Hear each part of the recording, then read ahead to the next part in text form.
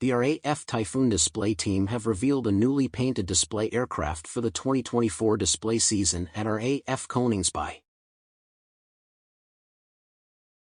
Citing from the Royal Air Force website, the aircraft paint scheme includes features that commemorate D-Day, with 2024 being the 80th anniversary of the Allies invading Europe.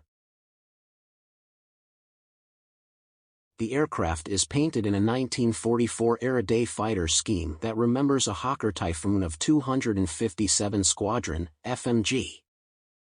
On D-Day this aircraft was flown by Pilot Officer Denzel Jenkins.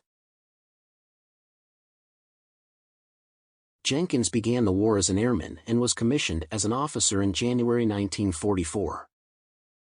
Later, he became officer commanding OC-257 and was decorated with the Distinguished Flying Cross.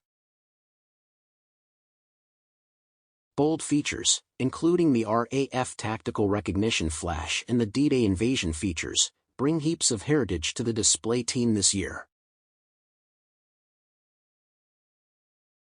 The display aircraft ZJ913 will be a regular at airshows around the UK, and will be nicknamed Moggy.